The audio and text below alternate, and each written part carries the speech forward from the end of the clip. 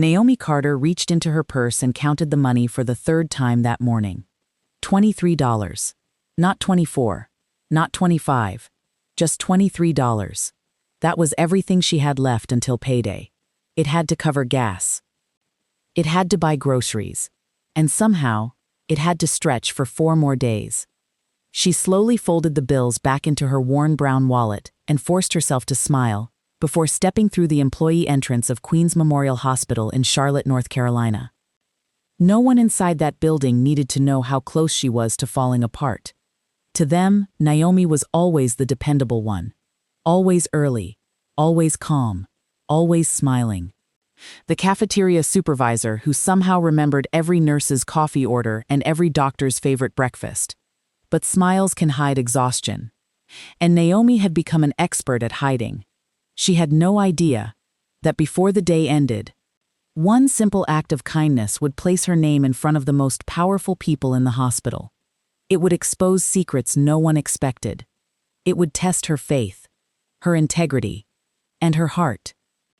But before we dive deeper, let us know in the comments where you're watching from. We'd love to hear from you. And don't forget to hit that subscribe button so you never miss any of our upcoming videos. At exactly 5:45 that morning, the cafeteria doors opened.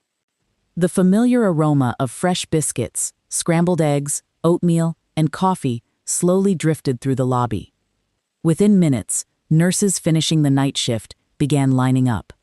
Doctors hurried through, with charts tucked beneath their arms. Visitors walked in carrying worry on their faces. Hospitals never truly slept. They simply changed shifts. Naomi tied her navy apron a little tighter and greeted everyone with the same warm smile. "Good morning. Hope your night wasn't too rough. Coffee's fresh today." Most people smiled back. Some barely looked up. That didn't bother her anymore. Working in a hospital taught you something important. You never knew what burden someone carried before they reached your counter. By 7 o'clock, the breakfast rush had finally slowed. Naomi wiped down the serving counter while glancing at the clock. Her 15-year-old niece, Grace, should be arriving at school around now. Grace had lived with Naomi ever since Naomi's younger sister, Erica, passed away from breast cancer 3 years earlier. Overnight, Naomi had gone from being the fun aunt to becoming a full-time parent. It wasn't easy. Grace needed braces, school supplies, college savings, basketball shoes every few months because she seemed to outgrow them overnight. Some months Naomi skipped meals so Grace wouldn't have to. Grace never knew, and Naomi planned to keep it that way.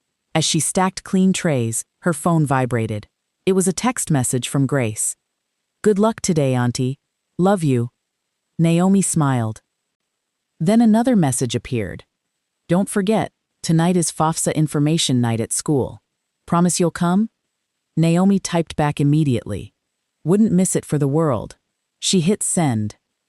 Even though she wasn't sure how she would leave work on time. The cafeteria manager had resigned the previous week. Until a replacement was hired, Naomi was covering 2 jobs. Longer hours. Same paycheck. She tucked the phone away and turned toward the soup station. That was when she noticed him. A little boy. No older than 8. Standing near the vending machines. He wasn't playing. He wasn't running. He simply stood there staring through the cafeteria window at the food. His sweatshirt looked clean but slightly oversized. His sneakers were scuffed. His curly dark hair hadn't been combed very carefully. What caught Naomi's attention wasn't how he looked. It was the way he kept swallowing. Like someone trying to convince an empty stomach to stay quiet. She watched him reach into his pocket. He carefully counted a handful of coins. A quarter. 2 dimes. 3 pennies. He counted again, then slowly lowered his hand. His shoulders dropped. Naomi knew that look. She had worn it herself many years ago. The look of someone pretending they weren't hungry because they already knew they couldn't afford to eat. She stepped away from the counter. "Hey there." The boy looked startled. "I'm sorry," he whispered. "I wasn't touching anything." Naomi smiled gently. "I know." She knelt until they were eye level. "What's your name?" "Eli." "That's a great name." He gave the smallest smile. "Are you here with someone?" My grandma. Is she okay? He hesitated. They said she's sleeping after surgery. Naomi nodded. Has anyone eaten breakfast today? My grandma can't eat. What about you? He looked at the floor. I'm okay. Adults lied with confidence. Children lied with silence. Naomi recognized both. You sure? He nodded too quickly. I had crackers yesterday. Yesterday. Not this morning. Yesterday. Her heart tightened. She glanced toward the register. Hospital policy was clear. No free meals. Every item had to be accounted for. Monica Hale, the operations director, had reminded the cafeteria staff just last week. Compassion doesn't balance budgets. Naomi hated those words. Compassion didn't balance budgets. Maybe not. But it held people together when nothing else could. She opened her wallet again. $23. She looked at Eli. Then at the bills. Then back at the little boy. Without another thought, she walked behind the serving line.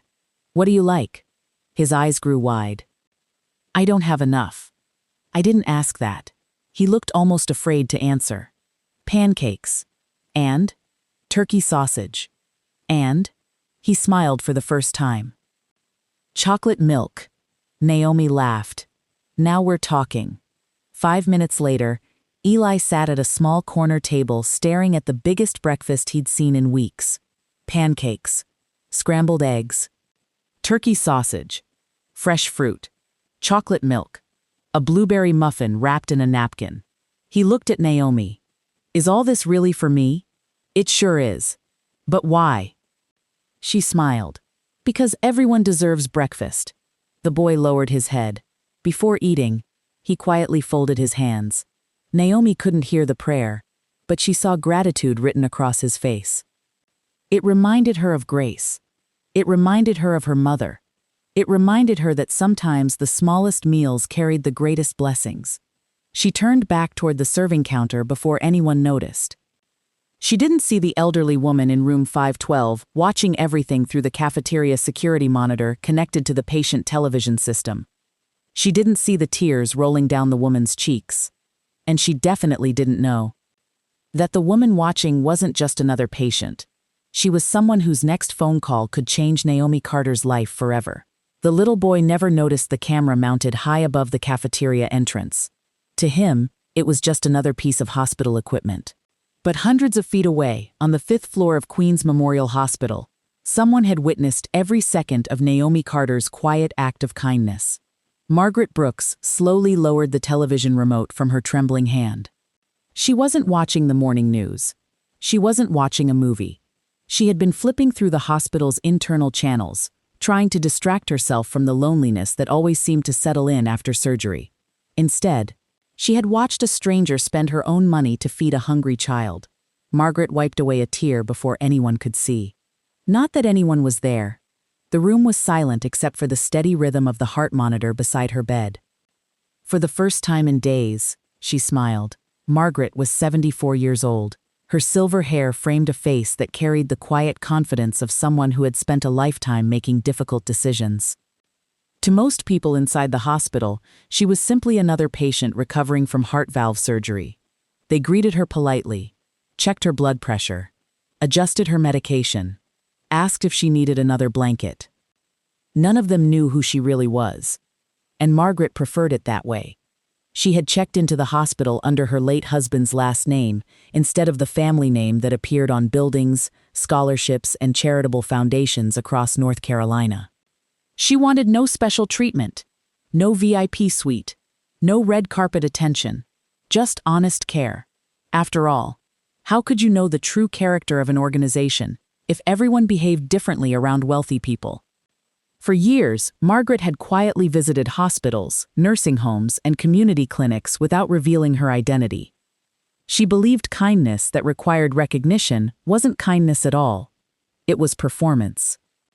And what she had just witnessed downstairs wasn't performance. It was genuine. A soft knock interrupted her thoughts. Come in. Her nurse, Jasmine Ellis, entered carrying fresh medication. We're good morning, Mrs. Brooks. How are you feeling today? Margaret smiled warmly. Better than yesterday. Jasmine adjusted the IV before checking the monitor. That's what I like to hear. Margaret hesitated. Can I ask you something? Of course. The woman working in the cafeteria. The one who just bought breakfast for the little boy. Jasmine smiled immediately. Oh. You mean Naomi? Margaret noticed the warmth in the nurse's voice. You know her? Everybody knows Naomi. She's probably the kindest employee in this hospital. Margaret looked interested. Really? Jasmine nodded. When families don't have money for food, Naomi finds a way. When nurses miss lunch because they're too busy, she quietly saves them a plate. When someone's having the worst day of their life, she somehow knows exactly what to say. Margaret leaned back against the pillow. And management approves? The smile on Jasmine's face faded. Not exactly. Downstairs, Naomi was entering inventory numbers into the cafeteria computer when a sharp voice echoed across the kitchen. Ms. Carter. Naomi looked up. Monica Hale, Director of Operations. Perfectly pressed gray business suit. Tablet tucked beneath one arm. Expression as cold as polished marble. Every employee straightened the moment Monica walked in. She believed rules created order. And order created profit. Compassion, in her opinion, was expensive. She stopped beside Naomi's workstation. My office. Now. Every conversation in the cafeteria stopped. Naomi quietly removed her apron. She already knew why. The operations office overlooked the cafeteria through a wall of tinted glass. Monica closed the door behind them. Without sitting down, she placed a printed receipt on the desk. Breakfast. Pancakes. Eggs. Turkey sausage. Fruit. Chocolate milk. Blueberry muffin. Naomi recognized it immediately. Monica folded her arms. Would you like to explain this? Naomi answered honestly. A little boy was hungry. I know. I watched the security footage. Naomi remained silent. Monica continued. Hospital policy clearly states that complimentary meals require written authorization. I paid for it myself. You processed it after the transaction. I know exactly what you did. You served the food first. Then you paid afterward. Naomi nodded. Yes. Monica sighed impatiently. And what happens tomorrow? When another child arrives? Or 5 children? Or 10? Will you buy everyone's breakfast? Naomi quietly replied. If I could, I probably would. For just a second, Monica looked almost speechless. Then her expression hardened again. This isn't a charity. No, Naomi answered softly. It's a hospital. Monica walked toward the window overlooking the cafeteria. Do you know why businesses fail? Naomi said nothing. They fail because people allow emotions to replace policy. She turned around. You're an excellent employee. But excellent employees still follow procedures. I'm placing a written warning in your personnel file. Naomi lowered her eyes. I understand. If this happens again, there will be stronger consequences. Naomi signed the disciplinary form without argument. Not because she agreed. Because arguing wouldn't feed anyone. When she returned downstairs, everyone pretended to stay busy. No one asked questions. But several employees had already heard. One cook quietly walked over while slicing tomatoes. You okay? Naomi smiled. I've been better. You did the right thing. I know. But sometimes doing the right thing comes with paperwork. The cook laughed softly. So I've noticed. Upstairs, Margaret couldn't stop thinking about the conversation she'd just had with Nurse Jasmine. You said Naomi's always helping people? Jasmine nodded. For years. Has she ever asked for recognition? Never. Does anyone thank her? Some do.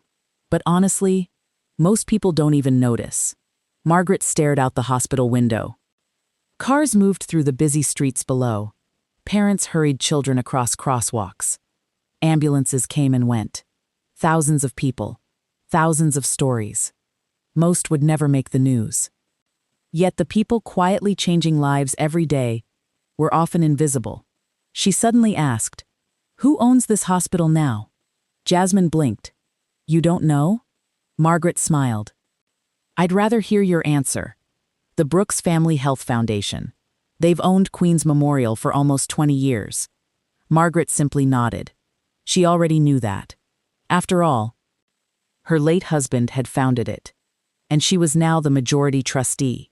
Only 5 people on the hospital's board knew that she still held the controlling authority over every executive contract, including the hospital's CEO. What no one knew was that Margaret hadn't yet decided whether the current leadership deserved another year in charge. This hospital wasn't just part of her family's legacy, it was part of her heart, and lately, she'd begun to wonder whether it had lost its soul. Then she remembered Naomi, a cafeteria worker, earning barely enough to survive, who still chose generosity over convenience. Maybe the hospital's soul wasn't gone after all. Maybe it had simply been overlooked. Margaret reached for her bedside phone. She dialed a private number from memory. The person answered almost immediately. Good morning, ma'am. Margaret's voice was calm. I want a complete report. On whom? The cafeteria employee. Naomi Carter. There was a brief pause. Is something wrong? Margaret looked toward the window, remembering the smile on little Eli's face as he ate breakfast. No, she answered quietly. I think something is very right. The end of Naomi Carter's shift came at exactly 5:03 p.m. She folded her apron with the same care she gave every task, placed it inside her locker, and changed into a faded navy cardigan over a simple cream blouse. Before leaving, she glanced one last time toward the cafeteria. Everything was spotless. Every tray returned. Every counter wiped clean. She smiled softly. Tomorrow would bring another rush of hungry families. Another day of quiet service. Another day no one would remember. And somehow, that had always been enough. Until today. Today she carried more than tired feet. She carried a written warning that sat folded inside her handbag like a stone. Outside, the July air was heavy with humidity. Naomi walked 2 blocks to the bus stop instead of paying for a rideshare. The extra money could buy groceries, or diapers, or medicine. Every dollar mattered. The city bus arrived with its familiar squeal. She found her usual seat near the back, resting her forehead against the cool window as neighborhoods blurred past. Luxury apartments gave way to older homes. Busy shopping districts faded into quieter streets. By the time the bus reached Maple Ridge Apartments, only 4 passengers remained. Naomi stepped off carrying a reusable grocery bag that held nothing more than discounted bread, eggs, and canned soup. To anyone watching, she looked like an ordinary woman returning home after work. No one could have guessed how much she was carrying inside.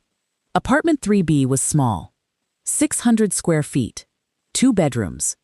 Furniture collected from thrift stores and church donations. The sofa had a tier hidden beneath a blanket. The dining table leaned slightly to one side. The refrigerator hummed louder than it should. Yet every room was clean. Every surface neatly arranged. Love had a way of making even the smallest spaces feel like home. The front door flew open before Naomi even found her keys. Mom! 8-year-old Ava launched herself into Naomi's arms. You're home. Naomi laughed despite her exhaustion. I missed you too. Behind Ava stood 12-year-old Caleb. He tried to act older than he was. Hey, Mom. You okay? Naomi noticed the question immediately. He always noticed. She kissed the top of his head. I'm fine. How was school? Before either child could answer, a gentle voice came from the kitchen. They finished all their homework. Mrs. Gloria Henderson emerged carrying 2 steaming mugs of tea. She was 71. A retired elementary school teacher. Widowed. Her own children lived several states away. For the past 4 years, she had become the closest thing Naomi's children had to a grandmother. Naomi hugged her tightly. I don't know what we'd do without you. Mrs. Henderson smiled. You've been saying that for years. And I'll keep saying it. Dinner was simple. Vegetable soup, toast, scrambled eggs divided carefully so everyone had enough. They laughed over Caleb's science project. Ava proudly announced she'd finally learned long division. For 30 precious minutes, life felt almost normal. Then there was a knock at the door. 3 slow knocks. Naomi's smile disappeared. She knew that knock. She opened the door. Standing outside was Mr. Raymond Collins, the apartment manager. He looked uncomfortable. "I'm sorry to bother you." Naomi already knew. "It's about the rent." He nodded. "I'm afraid so." She stepped into the hallway so the children couldn't hear. "I just need another week. I know you've said that before. I'll have it." "You always do," he sighed. "But corporate isn't giving me much flexibility anymore." Naomi looked down. "I understand." He handed her a white envelope. "This is the final notice. If payment isn't received by next Friday, they'll begin eviction proceedings." He paused. "I wish there was something else I could do." Naomi forced a smile. "Thank you for telling me in person." After he left, she stood in the hallway for nearly a minute before walking back inside. She slipped the envelope into her purse before the children noticed. "Everything okay?" Caleb asked. Naomi smiled. "It was just the manager checking on maintenance." Caleb looked unconvinced, but he didn't press. Later that evening, after the children were asleep, Naomi sat alone at the kitchen table. The apartment was silent except for the ticking wall clock. She emptied her purse. $23.42. Her next paycheck wouldn't cover the rent after utilities. The written warning from work lay beside the eviction notice. She stared at both papers. One threatened her job. The other threatened her home. A single tear landed on the table. She wiped it away before another could follow. There wasn't time to cry. There was only time to figure something out. Across town, Margaret Brooks wasn't sleeping either. She sat in the dim light of her hospital room, reading the confidential report that had arrived less than 2 hours after her request. The investigator had been thorough. Employment history, performance reviews, attendance records, financial background, volunteer activities, medical leave. Every page painted the same picture. Naomi Carter had never received a disciplinary action in nearly 6 years. Not one. Performance evaluations consistently described her with words like dependable, compassionate, exceptional, trusted. Margaret smiled. Then she turned the page. Her smile disappeared. A section titled Family Circumstances caught her attention. Widowed. Margaret frowned. She hadn't expected that. The report continued. Naomi's husband, Daniel Carter, had died 4 years earlier while working as an electrical contractor. A workplace accident. He had been 36 years old. Naomi had been left with 2 young children, minimal life insurance, outstanding medical bills, a mortgage she could no longer afford. She had sold their house within months, moved into a small apartment, taken the first full-time job she could find, never remarried, never asked for assistance. Margaret slowly removed her reading glasses. She whispered into the quiet room, "My goodness." But the report wasn't finished. Another page. Medical records. Not Naomi's.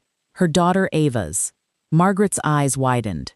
Congenital kidney disease. Ongoing treatment. Monthly specialist appointments. Medication not fully covered by insurance. Estimated annual out-of-pocket expenses. Nearly $11,000. Margaret leaned back heavily. Everything suddenly made sense. The old clothes, the bus rides, the extra cafeteria shifts, the constant overtime, the quiet smile hiding constant exhaustion. Naomi wasn't simply struggling. She had been surviving, every single day. And still, she had bought breakfast for a stranger's child. Margaret closed the file. For several minutes she said nothing. Finally, she whispered, "Most people give from what they have left." She gave from what she didn't have. The next morning, before sunrise, Margaret requested to be discharged. Her cardiologist protested. "You should stay one more day." Margaret smiled politely. "I appreciate your concern, but I have something important to do." Within 2 hours, she left the hospital quietly through a side entrance. No cameras, no publicity, no announcement. A black sedan waited outside. Inside sat her longtime attorney, Benjamin Rhodes. He looked surprised. "I thought you wanted to recover another day." "I've recovered enough." She handed him Naomi's file. I want you to read this. Benjamin skimmed the pages. His expression gradually changed. This is heartbreaking. Margaret looked out the window. Do you know what troubles me most? What? Not that she's struggling. That she's been struggling alone while working inside a hospital owned by my family's foundation. Benjamin remained silent. Margaret continued. We built these hospitals to heal people, not just patients.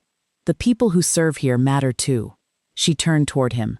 I want a complete review of employee assistance programs. And I want every executive employment contract on my desk.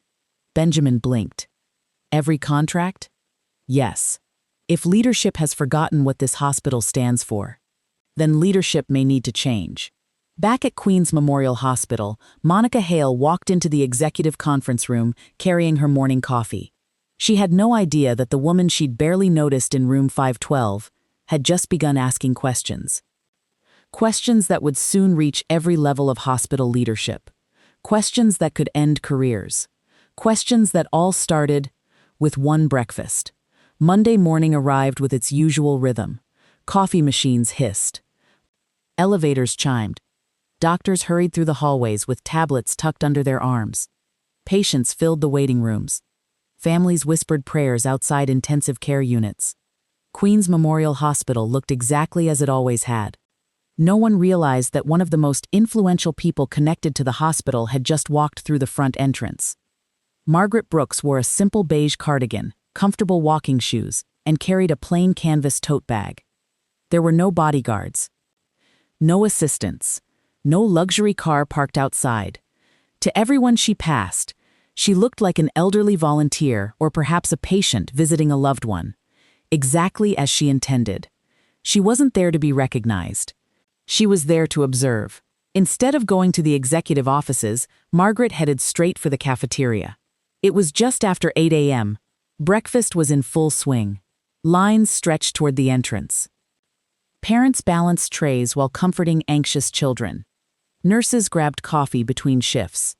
Naomi stood behind the serving counter with the same calm smile Margaret remembered. She greeted every customer the same way. Good morning. How can I help you today? There was nothing dramatic about the way Naomi worked. No grand speeches. No attention-seeking gestures. Just patience. Kindness. Consistency. Margaret watched quietly from a corner table. Within 20 minutes, she noticed something remarkable. Naomi remembered names. She remembered allergies. She remembered which elderly patients needed help carrying trays. She noticed when someone looked overwhelmed. She refilled coffee before people asked. She bent down to speak eye to eye with frightened children. Every small act seemed effortless. Yet together, they transformed the atmosphere of the entire cafeteria. Margaret smiled to herself. Leadership seminars tried to teach this kind of influence. Naomi practiced it without realizing. The peace didn't last.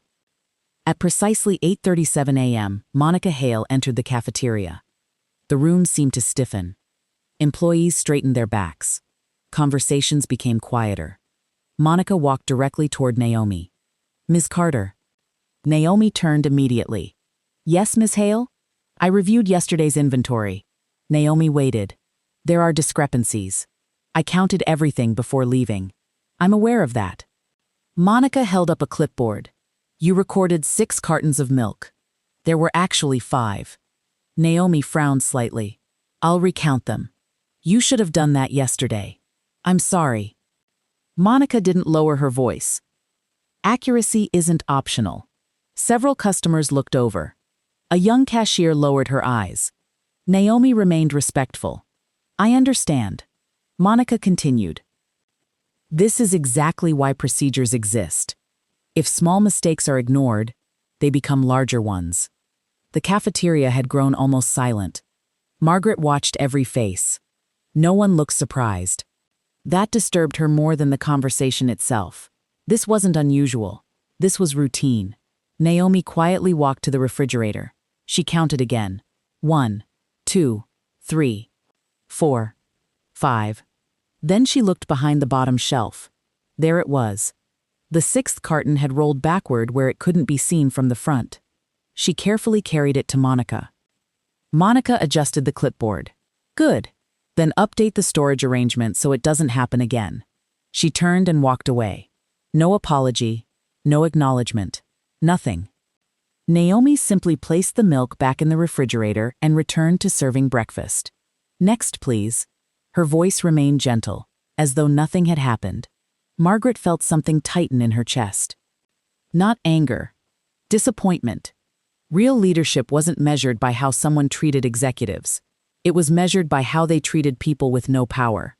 And Monica had just failed that test. An elderly man using a walker approached the serving line. His hands shook so badly he could barely hold his tray. Naomi noticed immediately. "Let me help you." "Oh, I don't want to bother you." "It's no bother." She carried his tray to a table near the window. Then she returned with extra napkins and a fresh cup of tea. The man smiled. "My wife always used to remember things like that." Naomi gently squeezed his shoulder. "I'm sure she was wonderful." He nodded. "I still talk to her every morning. I think she'd like that." Margaret looked away for a moment. Her own husband had been gone for nearly 9 years. She still talked to him too. Around noon, the hospital's chief executive officer entered the cafeteria with several board members. His name was Richard Whitmore. Tall, confident, expensive tailored suit. The type of executive who moved quickly because he believed every second mattered. He greeted employees politely as he passed. Most greeted him back with nervous smiles. Margaret recognized him immediately. She had appointed him 3 years earlier after an impressive national search. His financial results had been excellent. Patient satisfaction scores had improved. Donations had increased. Everything looked impressive. On paper. She wondered what today's observations would reveal. Richard approached the coffee station. Without realizing who Margaret was, he smiled politely. "Excuse me, ma'am. Would you mind moving your bag?" "It's blocking the chair." Margaret smiled warmly. "Of course." He nodded. "Thank you." Then one of the board members quietly leaned toward him. "The donor luncheon starts at 1. Richard sighed. "I know. I've got 3 meetings before then." Another executive laughed. "At least the cafeteria staff keep this place running." Richard smiled absent-mindedly. "They're replaceable. The system is what matters." Margaret froze. The conversation continued. "If one leaves, we hire another." He took a sip of coffee. No point getting emotionally attached. He wasn't trying to be cruel. He was speaking casually, carelessly. But Margaret heard every word. Replaceable. She slowly looked toward Naomi. At that exact moment, Naomi was kneeling beside a frightened little girl whose IV had come loose. The child was crying. Her mother looked exhausted. Naomi wasn't even required to help. She wasn't a nurse. Yet she had found stickers, a coloring page, and a small stuffed teddy bear kept behind the cafeteria counter for moments like this. Within minutes, the little girl stopped crying. Even one of the pediatric nurses smiled. Replaceable? Margaret thought. No. People like Naomi weren't replaceable. They were the reason families remembered a hospital with gratitude instead of bitterness. That afternoon, Margaret requested a private meeting in one of the unused conference rooms. Only one person was invited. Richard Whitmore. The message simply read, "A member of the Brooks Family Foundation requests a confidential discussion." Richard frowned when he received it. He assumed it concerned funding. He had no idea who was waiting behind that conference room door, nor did he realize that every decision he had made over the past 3 years was about to be questioned by the woman who had quietly watched him call compassionate employees replaceable. At exactly 2 p.m., Richard Whitmore straightened his tie outside Conference Room C. He had attended hundreds of meetings during his career. Budget meetings, board meetings, fundraising dinners, government inspections, investor presentations. None of them made him nervous. He believed he knew this hospital inside and out. He believed he knew every major donor, every influential family, every decision-maker. He was wrong. Richard adjusted the folder under his arm and knocked twice. A calm voice answered, "Come in." He opened the door. The conference room was almost empty. Only one woman sat near the window. The elderly lady from the cafeteria. Richard smiled politely. "Good afternoon. I believe there may have been a misunderstanding. I was told someone from the Brooks Family Foundation wanted to meet." Margaret slowly stood. "There wasn't a misunderstanding. I'm the person who asked to see you." Richard looked confused. "I'm sorry. I don't believe we've met." Margaret extended her hand. "I'm Margaret Brooks." For 2 full seconds, Richard didn't move. Then the color drained from his face. The folder slipped from his hand and landed on the carpet. He knew that name. Everyone connected to the hospital knew that name. The Brooks family had donated hundreds of millions of dollars over the past 3 decades. Buildings, scholarships, research centers, community clinics. Without them, Queens Memorial Hospital would not exist in its current form. Richard had seen photographs of Margaret years earlier, but they were old.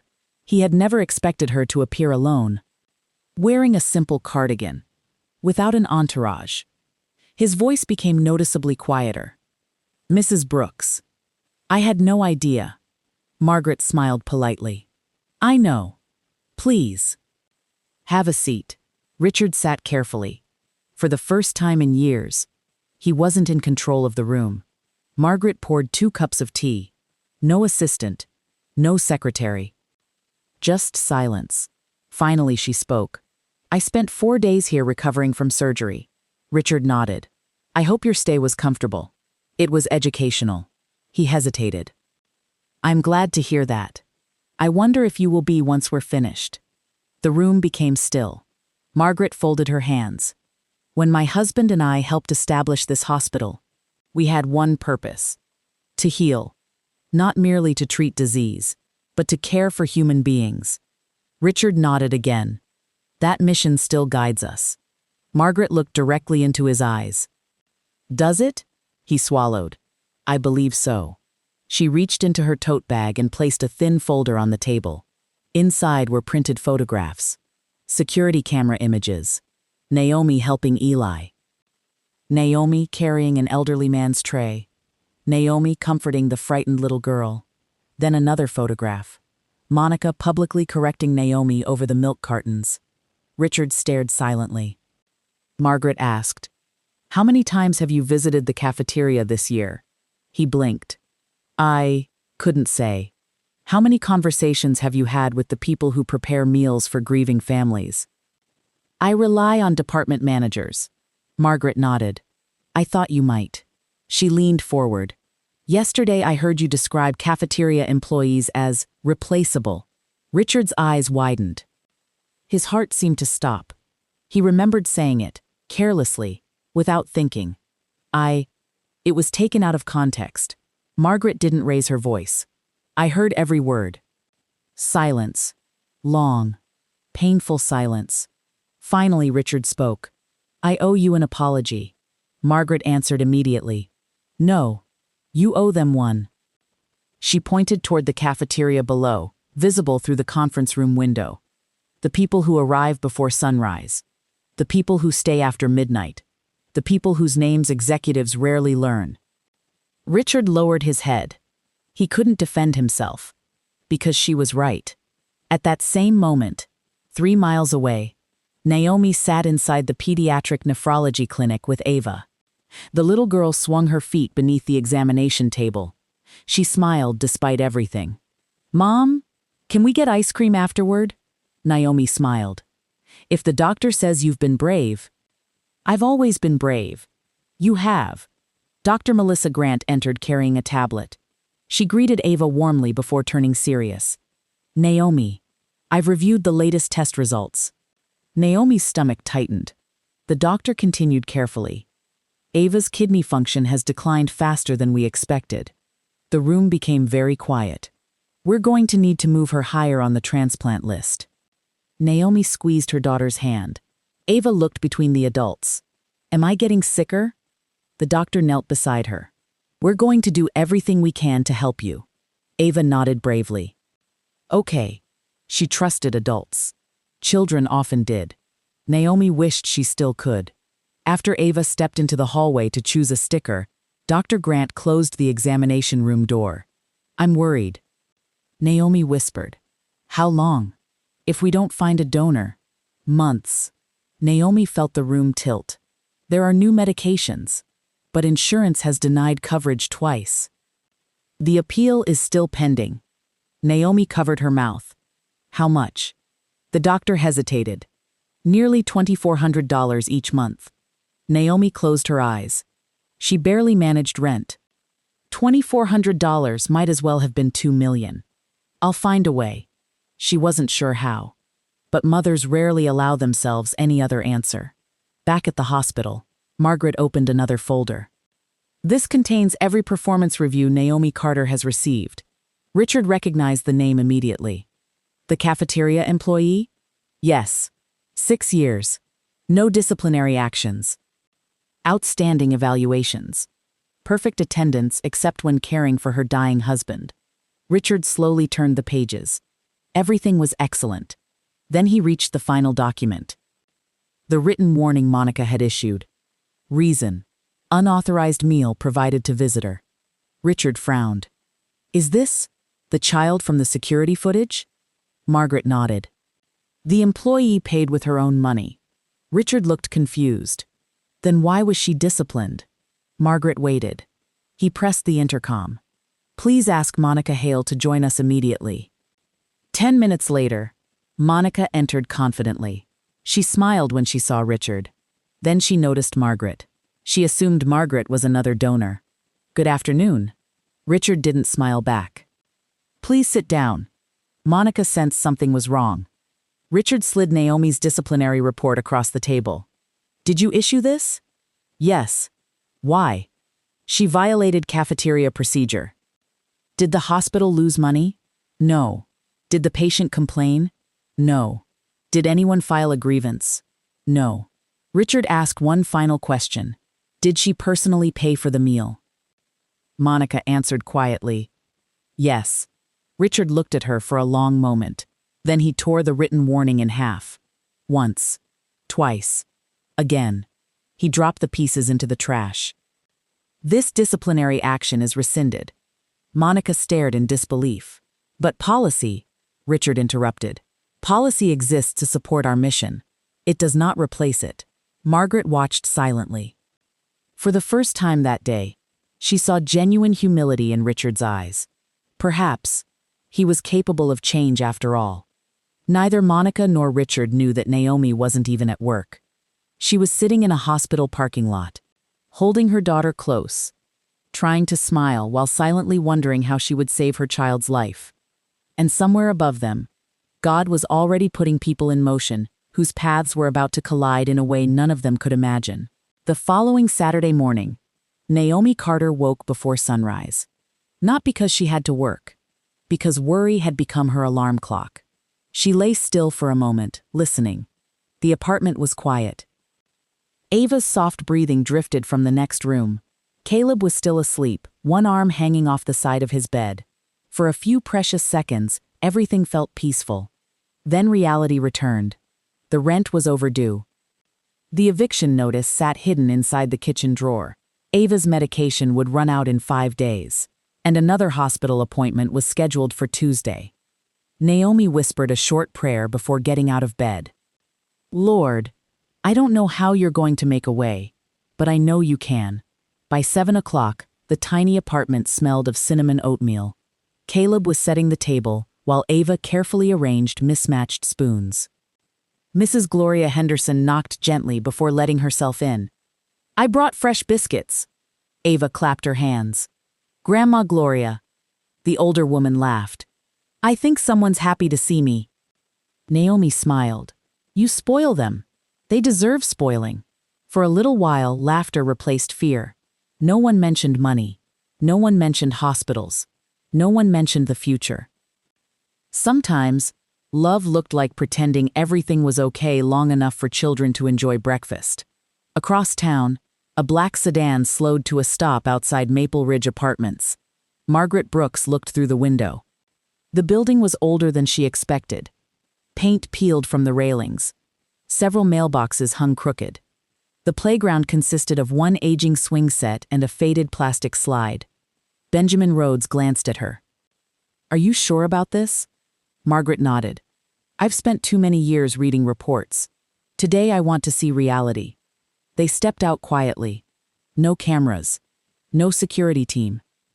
Just two elderly people carrying grocery bags. To anyone watching, they looked like volunteers delivering food. Apartment 3B. Margaret knocked softly. Naomi opened the door a few seconds later. She looked surprised. "Can I help you?" Margaret smiled warmly. "I'm Margaret. My church is delivering groceries to families in the neighborhood." Naomi immediately shook her head. "I'm sorry. There must be a mistake." "There isn't. We have extra." Naomi hesitated. "I appreciate it, but someone else probably needs them more." Margaret felt tears threaten her eyes. Even now, she was thinking about someone else. Benjamin gently spoke. "Please. We'd hate to carry all these bags back." Naomi smiled awkwardly. "Well, I suppose I can accept one." Margaret laughed softly. "How about all four?" Inside the apartment, Margaret looked around carefully. Nothing was luxurious, but everything was spotless. The furniture had clearly been repaired more than once. The curtains were neatly sewn by hand. Fresh flowers sat in a recycled glass jar on the table. Children's drawings covered one wall. Every picture showed the same thing. A smiling family, even though one member was missing. Margaret stopped in front of a framed photograph. A young man wearing a construction helmet smiled beside Naomi. Daniel. She knew immediately. Naomi noticed her looking. "My husband." Margaret turned gently. "He has kind eyes." "He did." Naomi smiled through visible sadness. "He made everyone laugh." Ava ran over. "That's my daddy. He used to dance in the kitchen." Caleb rolled his eyes. "He wasn't very good. He was terrible." The children burst into laughter. Naomi laughed too. For just a moment, grief made room for joy. Margaret silently admired the strength it took to keep love alive after loss. As Benjamin unloaded groceries, Ava tugged gently on Margaret's sleeve. "Would you like to see my room?" Margaret smiled. "I'd love to." The bedroom was tiny. 2 narrow beds. 1 shared dresser. Books stacked neatly on milk crates. Stuffed animals carefully arranged on a pillow. On the nightstand sat several prescription bottles. Margaret recognized the names. Kidney medication, blood pressure medicine, anti-nausea tablets. Ava noticed her looking. "I don't like taking them." "I know, but Mommy says they help." Margaret knelt beside her. "Your mommy is very wise." Ava smiled proudly. "She's the best mommy in the world." Margaret believed her. While the children showed Benjamin their school projects, Naomi quietly made tea. "I'm sorry the apartment is so small." Margaret looked genuinely surprised. "It's beautiful," Naomi laughed softly. "I don't think anyone has ever called it beautiful." "I wasn't looking at the walls. I was looking at the home." Naomi didn't quite know what to say. Their conversation drifted naturally. Favorite recipes, children, books, church, life. Margaret never asked intrusive questions. She simply listened. Eventually Naomi admitted something she had never shared with a stranger. "Sometimes, I'm afraid." Margaret waited. "I'm not afraid for myself. I'm afraid of failing my children." She looked down at her hands. "They deserve so much more." Margaret reached across the table. "They deserve a mother who loves them. They already have that." Naomi's eyes filled with tears. "I just wish love could pay medical bills." Those words settled heavily over the room. Before leaving, Margaret noticed a worn notebook on the kitchen counter. "What is this?" Naomi smiled shyly. "It's my gratitude journal." "You keep one?" "Every night, no matter how hard the day was." Margaret opened to a random page. The entries were simple. Tuesday, Caleb smiled today. Wednesday, Ava's fever came down. Thursday, a stranger thanked me for listening. Then she reached yesterday's entry. "Lord, thank you for allowing me to buy breakfast for a little boy who reminded me that kindness is never wasted." Margaret quietly closed the notebook. Naomi had no idea. The little breakfast she thanked God for had already changed more lives than she could imagine. After they left the apartment, neither Margaret nor Benjamin spoke for several minutes. Finally, Benjamin broke the silence. "I've visited billionaires with less joy in their homes." Margaret looked back toward apartment 3B. "Did you notice something?" "What?" She never complained. "Not once." Benjamin nodded. "I noticed." Margaret's voice became firm. "I've made my decision." Benjamin already knew what she meant. "You're going to help her." Margaret shook her head. "No. I'm going to help everyone." He looked puzzled. She continued. "If Naomi is struggling this much while working full-time, how many others are suffering in silence?" Benjamin slowly smiled. "You've already started designing something, haven't you?" Margaret looked out the window. The Brooks Family Foundation was created to care for communities. It's time we remembered that our own employees are part of that community. That evening, Richard Whitmore received an unexpected email from Margaret. It contained only one sentence. "Meet me Monday morning at 8 a.m. Bring every executive vice president. We are going to redefine what leadership looks like." Richard read it twice, then a third time. He had no idea what she intended to announce, but something told him Monday morning would become one of the most important days in the hospital's history. And Naomi Carter, still unaware of who Margaret truly was about to walk into work expecting an ordinary shift. It would be anything but ordinary. Monday morning began like every other Monday at Queen's Memorial Hospital. The emergency department was already overflowing. The surgical wing prepared for the day's first procedures. The smell of fresh coffee drifted through the administrative offices.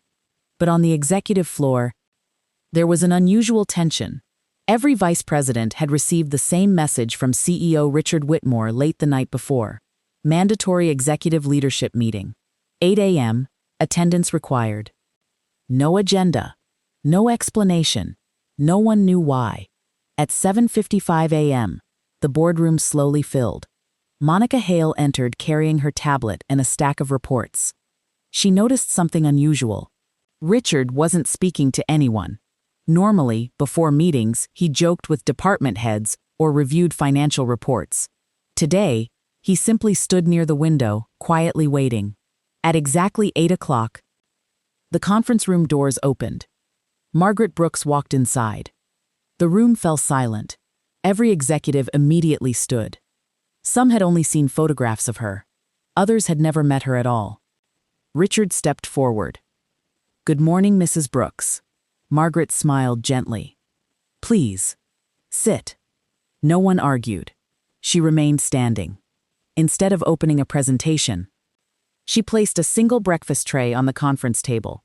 It held pancakes, scrambled eggs, turkey sausage, fruit, a carton of chocolate milk, and one blueberry muffin. The executives exchanged confused glances. Margaret looked around the room. "Does anyone recognize this?" Silence. Finally, Monica spoke. "It looks like a cafeteria breakfast." "It is." Margaret nodded. "It cost $12.48. Still no one understood. Margaret folded her hands. "Last Thursday morning, a hungry little boy stood in our cafeteria with $6. He hadn't eaten since the previous afternoon." Several executives shifted uncomfortably.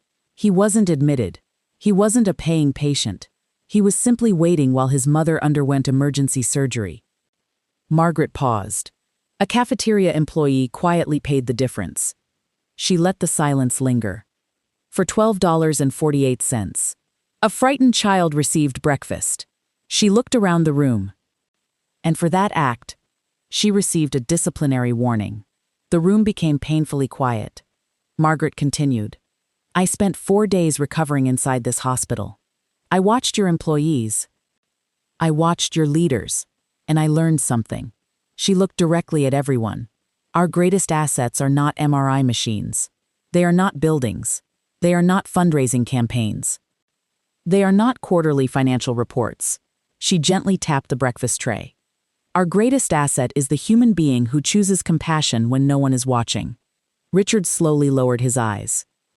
Every executive understood she wasn't simply discussing breakfast anymore. She was discussing culture. Margaret pressed a small remote. A screen behind her came to life. Not with financial charts. With photographs. A nurse comforting an elderly veteran. A janitor kneeling to tie a patient's untied shoe. A security guard carrying groceries for an exhausted family. A maintenance worker pushing a wheelchair through pouring rain. Then, Naomi Carter helping little Eli. No names appeared, only faces. Margaret spoke softly. None of these people were instructed to do these things. No supervisor told them. No policy required it. They simply chose kindness. And that is the culture this hospital was built upon. She turned toward Richard. Tell me, if these employees disappeared tomorrow, how much would it cost to replace them? Richard answered carefully. We could hire new staff. Margaret nodded. You could replace positions. She paused. But could you replace character? Richard didn't answer, because he couldn't. Then Margaret made her announcement. Effective immediately. The Brooks Family Foundation will establish the Employee Hope Initiative. Several executives looked surprised. Benjamin Rhodes began distributing folders. Inside was a detailed proposal. Emergency rent assistance. Medical hardship grants. Scholarships for employees' children. Mental health counseling. Emergency childcare support. Bereavement assistance. Interest-free emergency loans. Paid volunteer days. A confidential employee relief fund. Every executive quietly turned page after page. Monica looked stunned. Margaret continued. No employee of this hospital should ever have to choose between paying rent and buying medicine for their child. No one spoke. We care for thousands of patients every week. It is time we care for the people who care for them. Then she looked directly at Monica. Ms. Hale, you've managed operations for nearly 8 years. Would you explain why Naomi Carter received a written warning? Every eye turned toward Monica. She cleared her throat. I was enforcing hospital policy. Margaret nodded. I believe you were. Monica seemed relieved. But, Margaret continued, I also believe you forgot why the policy existed. Monica sat silently. Our policies should protect compassion. They should never punish it. Monica finally spoke. If we allow exceptions, people may begin taking advantage. Margaret smiled gently. That's possible. She slowly walked toward the window. But tell me, which mistake is easier to recover from? Helping one dishonest person, or refusing 10 honest ones? No one answered. Because everyone already knew. Margaret turned back. I've spent 40 years visiting hospitals. I've learned something. Most people never remember the color of the walls. They forget the furniture. They forget the paperwork. But they never forget how someone made them feel. She looked around the room. Compassion is not a financial liability. It is our greatest investment. Then came the moment no one expected. Margaret opened another folder.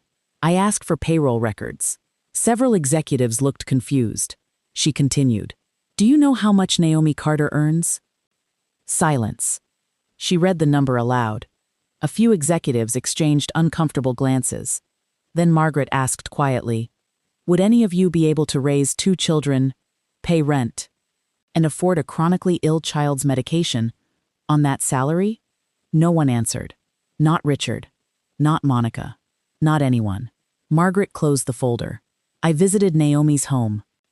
Monica's head snapped upward. Richard looked equally surprised. Margaret continued. I found dignity. I found gratitude. I found children who adore their mother. What I did not find was self-pity. She smiled faintly. Do you know what Naomi keeps on her kitchen table? Nobody spoke. A gratitude journal.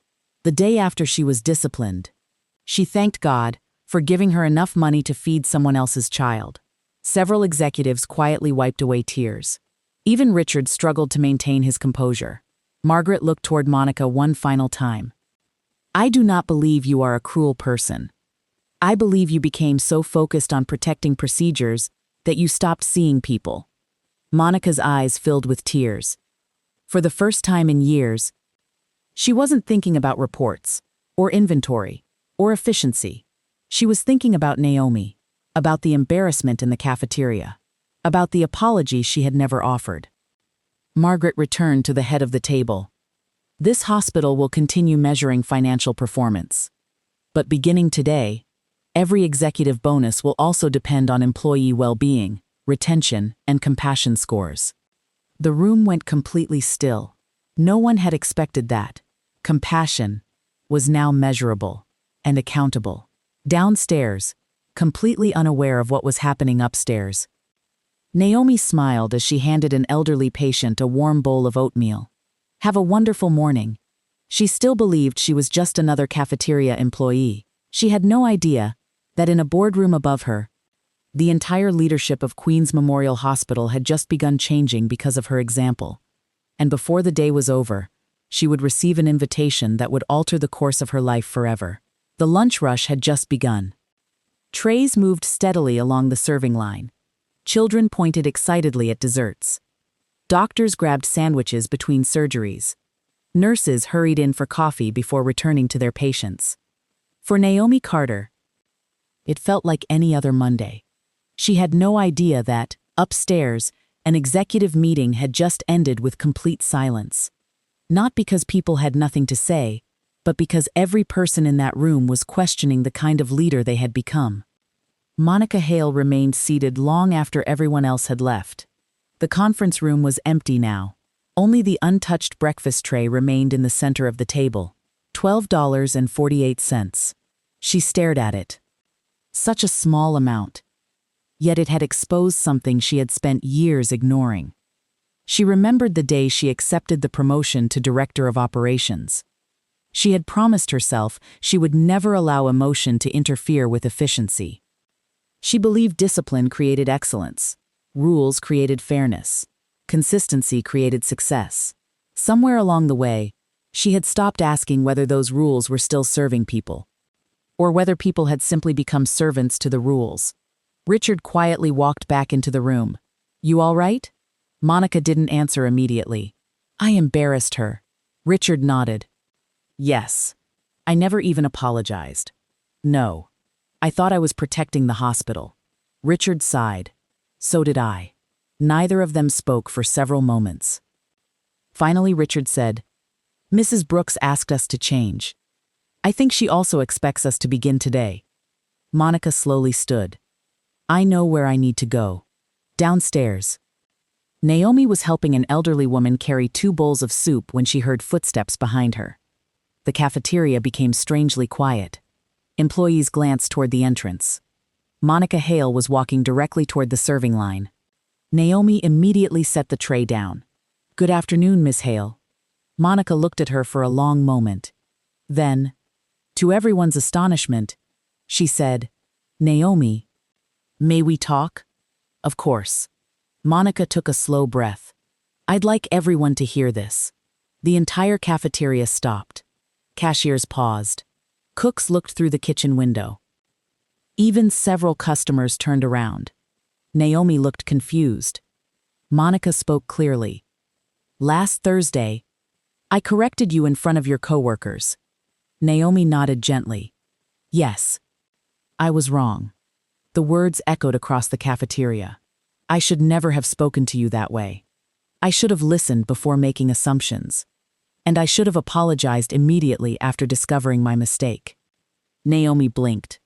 She honestly thought she had misunderstood. Monica continued, "You showed kindness to a frightened child. I responded with criticism. For that, I'm sincerely sorry." Complete silence. One cashier quietly wiped away tears. A nurse standing nearby smiled. Even customers who had no idea what had happened sensed they were witnessing something unusual. Naomi looked genuinely uncomfortable. "You don't have to." "Yes." Monica interrupted softly. "I do." She extended her hand. "I hope you'll forgive me." Without hesitation, Naomi shook it. "Of course." Monica smiled sadly. "Thank you." Then something happened that surprised everyone even more. Naomi stepped forward and hugged her. Only briefly. Just long enough for Monica's carefully built walls to begin crumbling. When they stepped apart, Monica's eyes were wet.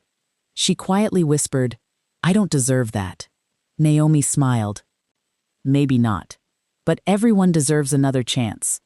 Margaret Brooks had been watching from the second-floor balcony. She smiled to herself. Benjamin stood beside her. You planned this? Margaret shook her head. No. You can't schedule genuine repentance. You simply create room for it. Benjamin nodded thoughtfully. Do you think Monica has changed? Margaret watched Monica helping an elderly visitor carry a tray toward a table. I think she's begun. Just after 2 o'clock that afternoon, Naomi received an unexpected phone call. Naomi Carter? This is Angela from the executive office. Naomi immediately wondered whether something was wrong. Yes? Mrs. Brooks would like to meet with you. Naomi frowned. I'm sorry. Who? Margaret Brooks. Naomi searched her memory. The kind elderly woman who had delivered groceries. Why would she want another meeting? There must be some mistake. Angela smiled into the phone. There isn't. Mrs. Brooks specifically requested you. When? If possible. 3 o'clock. Naomi looked toward the kitchen clock. Today? Yes. Her heart began racing. Had she unknowingly broken another rule? Was she being transferred? Dismissed? She couldn't imagine any other reason. I'll be there. At exactly 3 o'clock. Naomi stood outside the executive suite. She had never been on this floor before.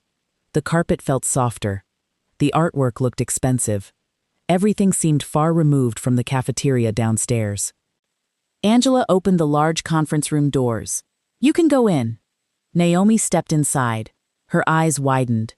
Around the long conference table sat Richard Whitmore, Monica Hale, every executive vice president, several members of the hospital board, Benjamin Rhodes, and at the head of the table, Margaret Brooks. The elderly woman from apartment 3B smiled warmly. Hello again, Naomi. Naomi looked around in confusion. I'm sorry. I think you've invited the wrong person. Several executives exchanged knowing smiles. Margaret stood. No, Naomi. We invited exactly the right person. Naomi's pulse quickened. She glanced at Monica, then at Richard. No one looked angry. In fact, they all looked unusually respectful. She couldn't understand it. Margaret walked toward her. There is something about me. I should have told you sooner. Naomi waited.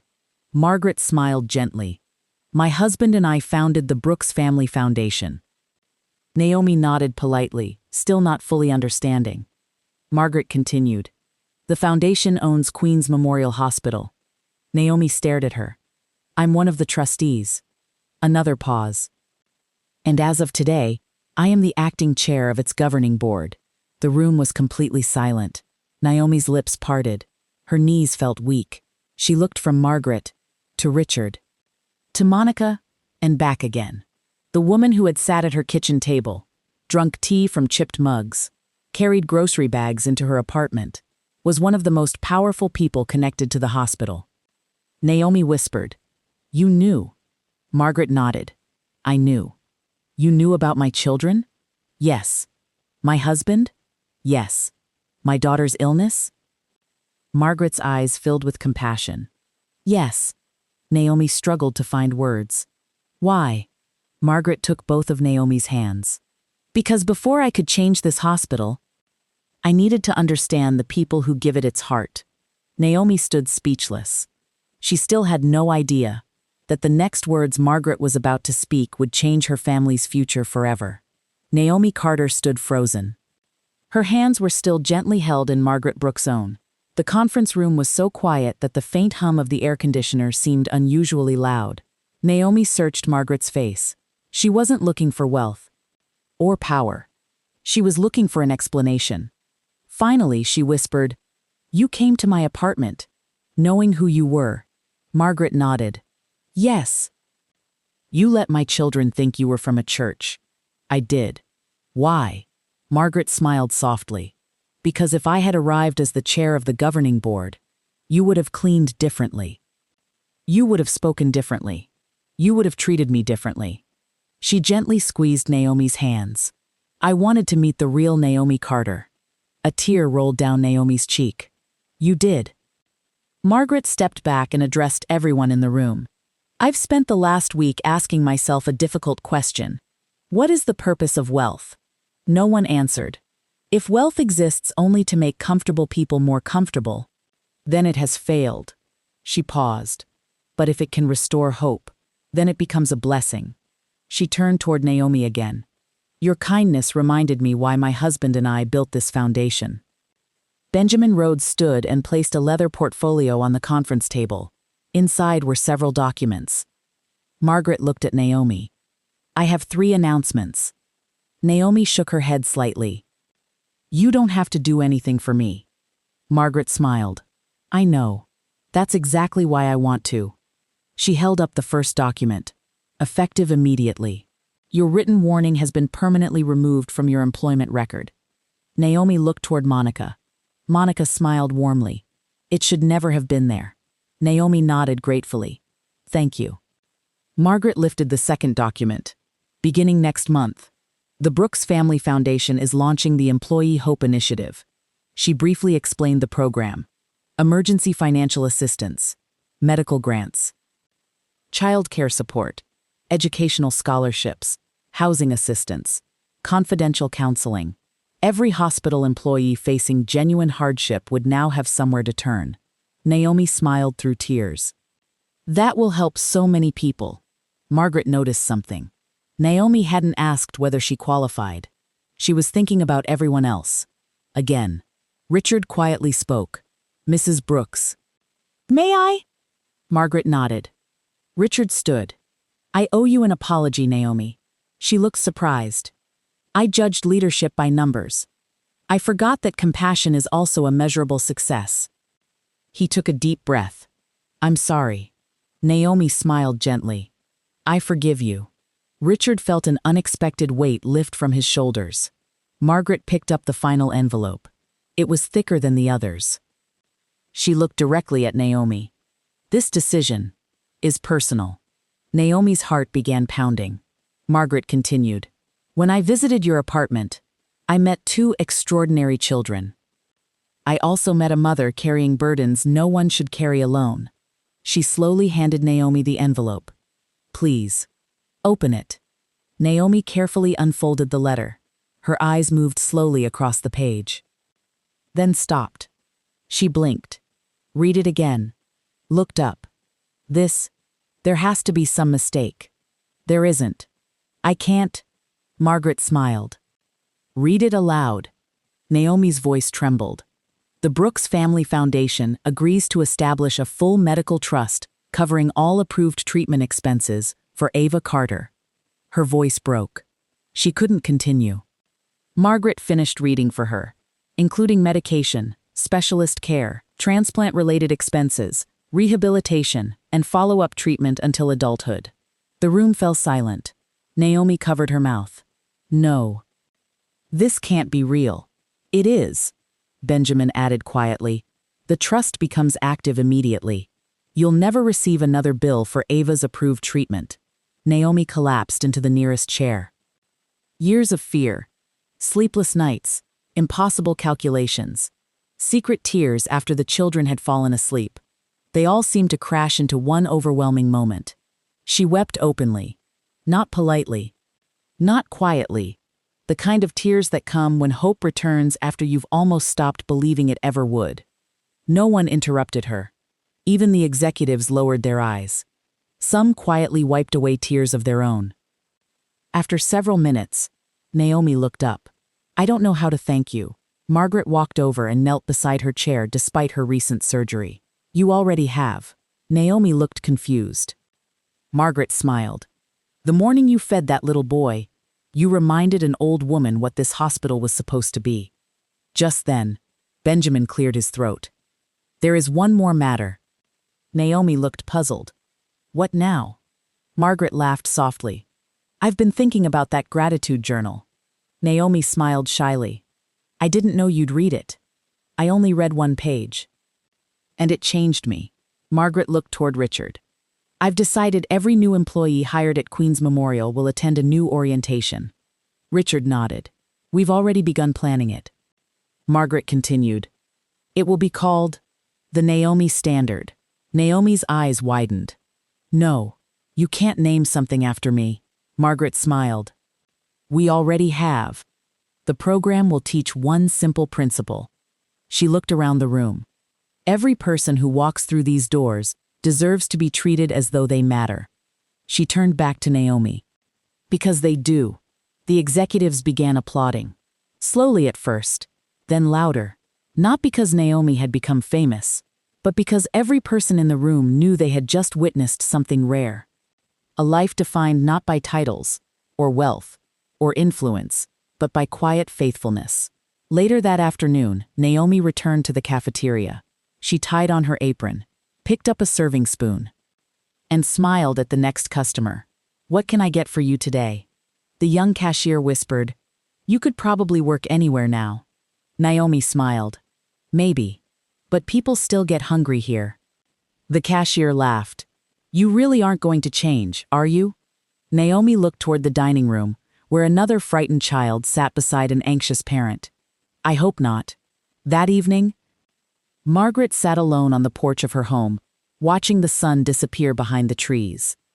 She held an old photograph of herself and her late husband, Thomas Brooks. She smiled through quiet tears. We did all right. Didn't we? The breeze stirred the leaves. No answer came. None was needed.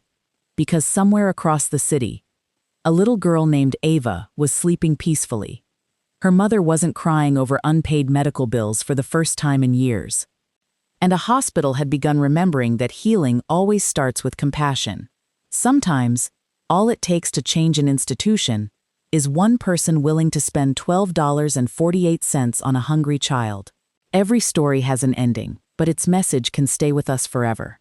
If this story moved you, inspired you, or reminded you that kindness and perseverance still matter, please take a second to like this video. It tells YouTube that stories like this deserve to reach more people. Share this video with someone who needs a little hope today, and don't forget to subscribe to the Tale Vault, where every story is filled with powerful lessons, unforgettable moments, and endings that stay with you long after the screen goes dark. Thank you for spending your time with us. Until our next story, take care of yourself, and never stop believing that one moment can change everything. This is the Tale Vault, where every story leaves a mark.